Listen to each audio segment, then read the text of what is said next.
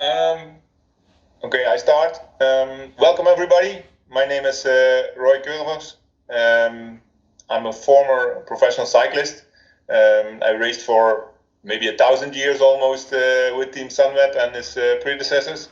So we thought it was a fun idea to let me chat a bit with my former colleagues. And we don't want to spend too much time on it, so we do it in a concept of 20 minutes. And today we're going to talk 20 minutes with Michael Matthews. First, start the timer so we are sure we don't go over the 20 minutes. Michael, welcome. Thank you. How are you doing? I'm good, thanks, Roy. How are you? Yeah, fine. How is the corona situation with you? Where are you at the moment, actually? I'm back in Monaco now. We can train here in France again now, so yeah, we're quite lucky that we can be outside and be semi back to normal. Obviously, with being very careful. If we stop somewhere, we have to wear a mask to go into somewhere. I think the majority of shops and stuff have the rule that you have to wear a mask if you go inside, so that's also great. I appreciate that people are taking it so serious and knowing that it's not totally over yet. So no, it's good back here in Monaco now. All right. And in the end, you traveled back to Slovakia. I understood that. What was the reason for that? Yeah, well, here in Monaco, we don't have much space, and the apartments are all quite small, and the rules were quite strict with going outside and stuff. We were basically not allowed to leave the apartment other than going to a supermarket or to a pharmacy. And yeah, Monaco is 2 square kilometers, so that doesn't leave much room to move. So my wife is Slovakian. We have a bigger apartment there with a big terrace and stuff for our baby to play around. And also my wife's parents are in Slovakia too that could help us out a little bit with Kaya. But yeah, we had to do 2 weeks total not going outside at all for 2 weeks when we arrived in Slovakia. That was part of the quarantine basically. We got a test before we left and we all came back negative. So we're allowed into Slovakia, and then yeah, 2 weeks not going outdoors, and then after that we could go outdoors and I could basically go back to training like normal. And my wife and my daughter could go out and visit her family and yeah, be semi-normal again. Yeah. How was it actually to be in the period where normally all your highlights of the spring are in? All of a sudden be together with your family and yeah, have actually the opposite life. Yeah, I think you just got to take the positives out of it, really.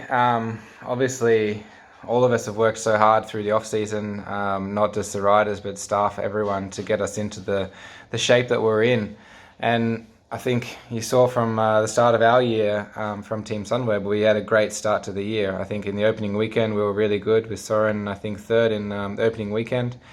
Then in Paris-Nice, we were up there in every single stage, 2 stage wins, and I think second overall and points jersey. So yeah, it's difficult. Obviously, the first few weeks was like, what is happening? Like it was hard to really grasp what was going on. But I think now it's been going for so long. I'm just trying to find the positives out of it. I never got this much time to really relax my mind and really change my mindset to maybe a clearer view of what I wanted to do in my life and my mindset of when I go to races and preparing for races too. Normally it's like 1 month in the off season or less than a month we have off the bike, and basically it's straight back into it, serious again straight away. So yeah, it was just something different. Obviously caught up with a lot of friends over the phone and a lot with my family back home. So no, I've had a great time actually, and yeah, being home here with my daughter and my wife, it's time that I wouldn't have had if I was constantly on the road all through this period. So yeah, it's been nice. So it also brings something instead of only being disappointed that you were not able to build further on the shape you had. Huh? Yeah, well, in the end, you can't. There's no point thinking about it like that because you can't change it. Everyone's in the same boat. I've actually been in a similar situation like this the last few years with crashes and stuff. So but that was when I was watching my competitors race. So I think I'm maybe prepared for it better than maybe some others, having a lot of misfortune in cycling. Yeah, but I can also imagine that, yeah, that can also go the other way around. That you think, yeah, finally it was running smooth towards my goals. Paris went actually really good. Yeah, it looked completely like you were ready for it. Huh? Yeah, I guess if you think of it like that, it's obviously more difficult, but I think you can only take that as a positive. That the preparation that you did was great, and just do it all over again. Okay, through this period here in Monaco, we couldn't train outside, and I think until the lockdown here in France, I think I did 1 week of training in Monaco, in Slovakia, outside. So in 2.5 months, I did 1 week on the road, and it was difficult. A lot of hours in the home trainer, and yeah. In the end, I know how good I was going in Paris-Nice, and I knew how good I was going to go through the classics period. But there's no point thinking back like that. That what could have been. More take the positives out of it. Of the preparation was great. Yeah, that's the right way to do it, I think. And I hope you were able also to enjoy the time you had extra with your daughter now. Huh?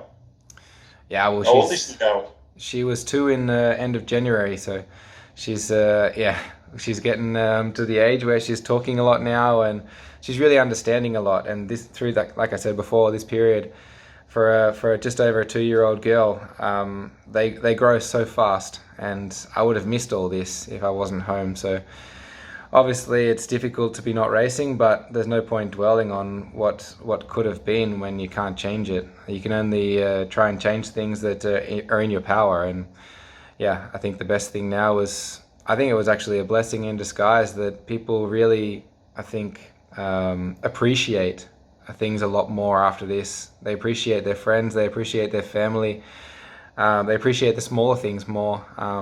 Hopefully after this lockdown period, and we can be a better planet, basically. Getting deep. Let's hope so. Let's hope so. Hey, what does Kaya speak? Slovakian or English? That's a good question. It's funny because she's on the phone a lot with my wife's parents, and she speaks to them in Slovakian, but she speaks to me and Kat, or half to Kat in English and Slovakian, and me totally in English. So if I'm calling her on the phone, she'll pick up the phone and speak to me in perfect English. But if she's calling with Kat's mum and dad, she speaks to them in Slovakian. So for just over 2-year-old girl, it's pretty impressive. Yeah, can imagine. Double language already. Yeah, for free. Smart girl, huh? Well, not after me, I guess. Looks like her mom, I would say. Yeah. Yeah. I saw also you posted a picture of doing some motocross on Instagram, and I know you a bit. I know you have a passion for speed and for motocross, motos, fast cars, karts, all kinds of that. What you've been doing actually on the motocross motor? Well, that motorbike was actually brand new. I hadn't ridden it. I've had it for maybe a year and a bit now. And it's been in Slovakia, so I didn't actually get the time to really run it in or anything. You need to do a fair few hours before you can really push those bikes. It's a pure race bike, so yeah, it's one of those bikes that I always dreamed about when I was a kid. And actually, a mate in Australia built it for me and put my old race number on it. I got to put a bit of input into the sticker kit on it, and customized it a little bit for me, and made me a jersey and pants that said bling and my race number on the back. So it's a bit of fun. Obviously, I didn't do anything silly. I'm not stupid, but it was nice just to get out and just feel the wind in your hair and get dressed up in your motocross kit and enjoy like you used to as a kid.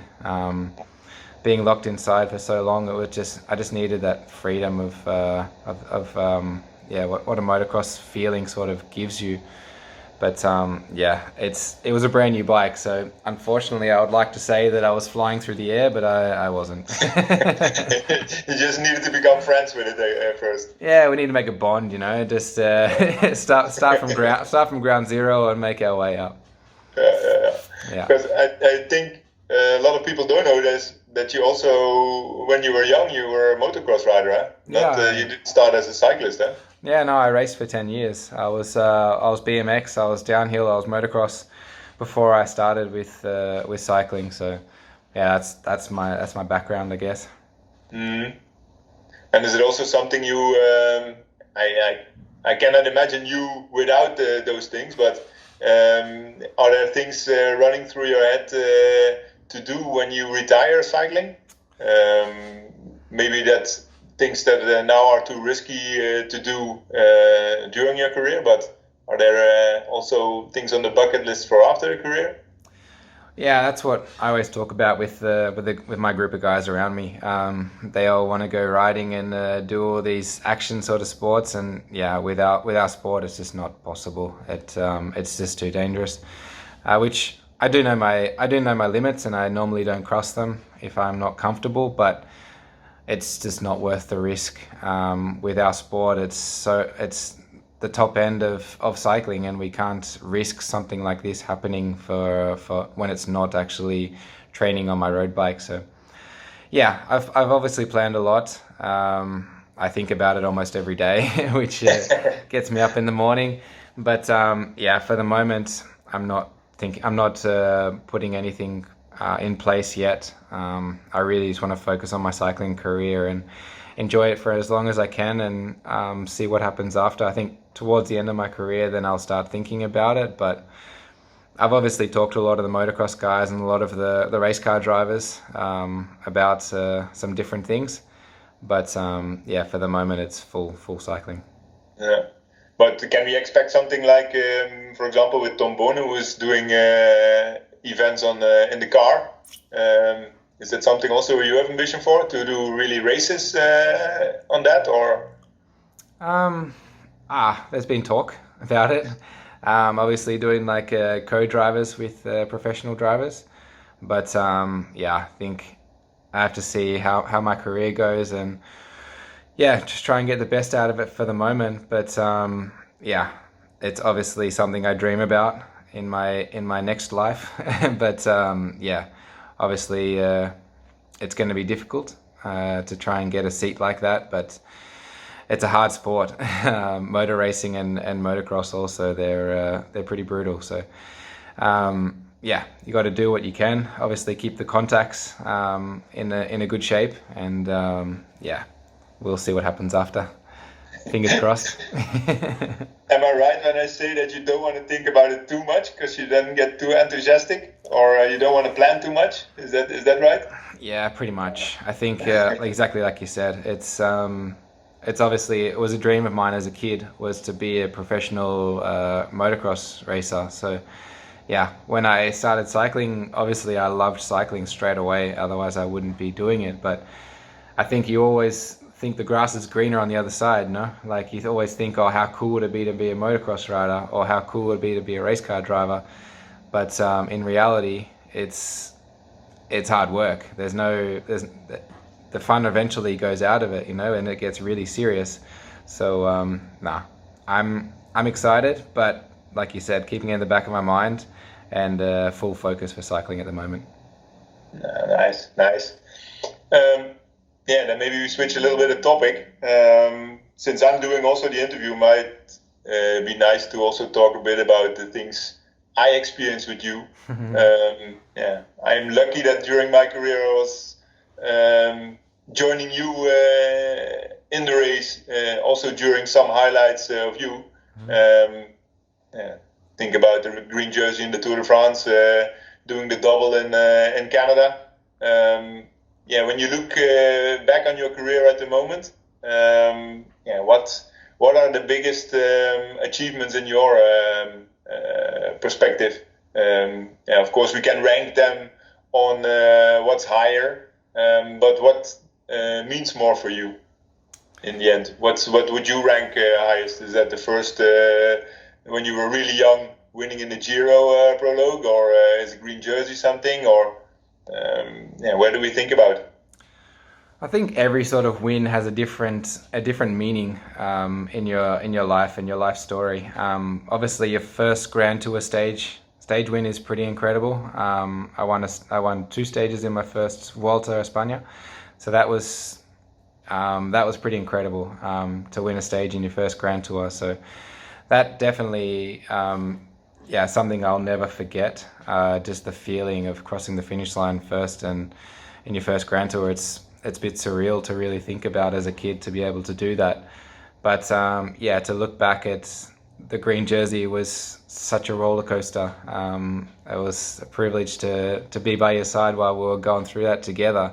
I think you saw it from your side and I saw it from my side, the roller coaster we went through in that race, which was, I think, I'll never forget. The highs and the lows, which at the end of the race, it made it so much more special that it was not easy. There was never an easy day where we were like, oh, cool, like we're just going to take it easy today. We were on it every single day.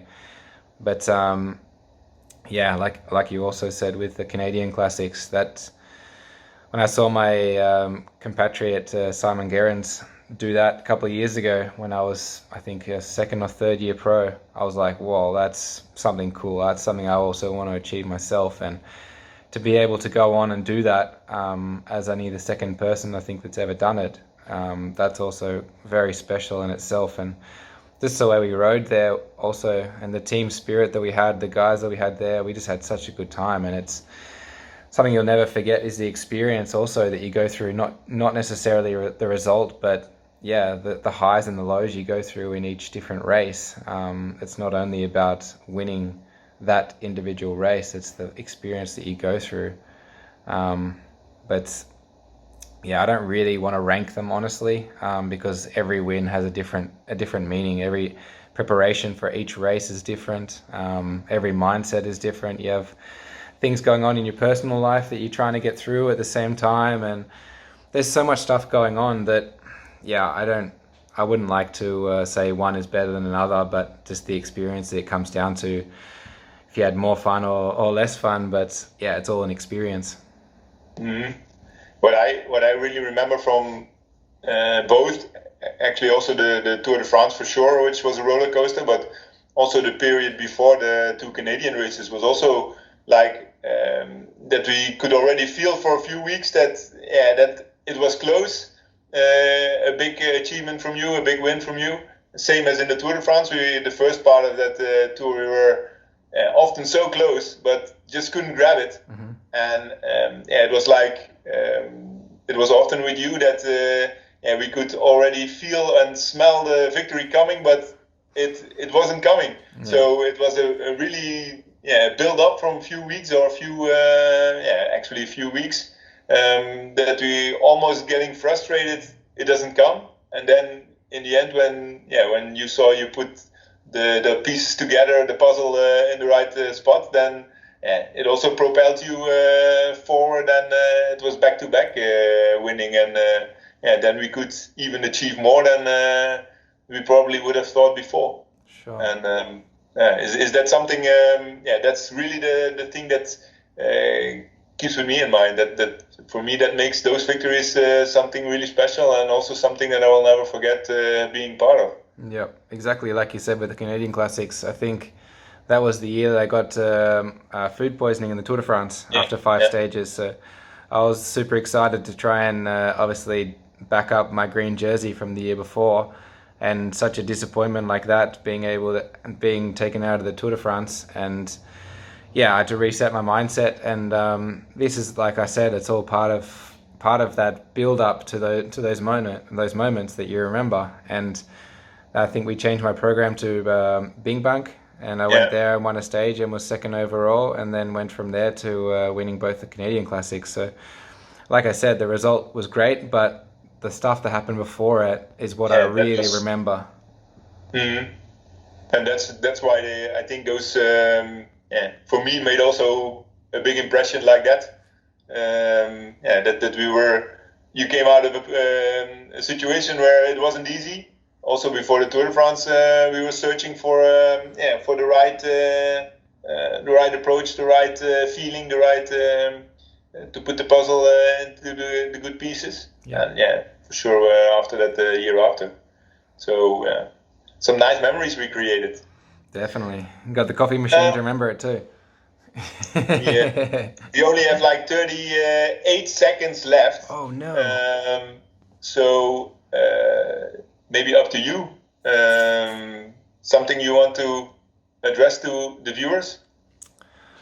Well, I'd like to say that I'm definitely missing racing, that's for sure. I'm missing that that fight, that drive, and the fans on the side of the road screaming for us. That was something I was really looking forward to in Flanders this year. Was that feeling I got last year when we were doing all the famous climbs around Flanders. I think that was my biggest motivation for this start of the year, to really go there and fight again. And time's up. Oh. Now we have to stop, huh? Oh well. It was a nice grand finale. It was a nice grand finale. The Flanders fans will like it. I think I couldn't have done it better. Put on the spot too there, wasn't it? Oh shit. One thing I need to add, next week, who would you prefer? That's not a nice question for you. But next week, Kees Bol, we're gonna do an interview with. Okay. You have a question for him, maybe? For Kees? A question for Kees.